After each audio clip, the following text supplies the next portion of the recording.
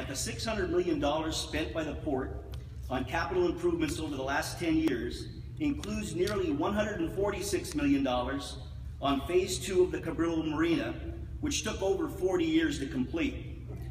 We want to make sure that this development does not meet the same fate.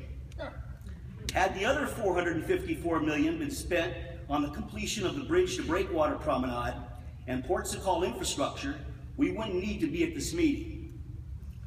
We would have multiple world-renowned developers clamoring at the opportunity to be awarded this development, and new shops, restaurants, and attractions would probably already be under construction or completed.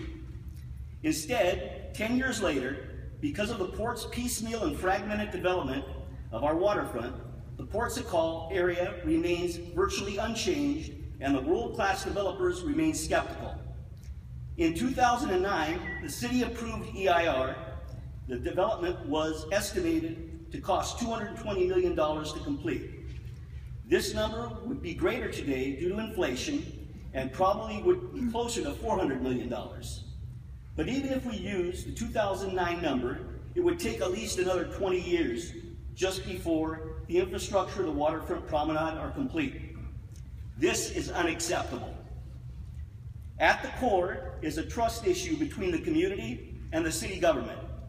During his campaign, Mayor Garcetti gave our community his pledge to complete a world-class waterfront commercial development and grand promenade at Port Sakal. The port officials are appointed by the mayor. In short, our community is a victim. We elected Mayor Garcetti as our leader. We cannot allow the mayor to dump the misguided priorities and spending choices made by the port over the last 10 years on us to figure out. In the past, many of the estimates for the port's construction projects were far too low. In order for this not to happen again with this development, we urge the port and the city combined to increase their contribution for this development to a more realistic figure of $100 million per year for the next 4 years. Therefore,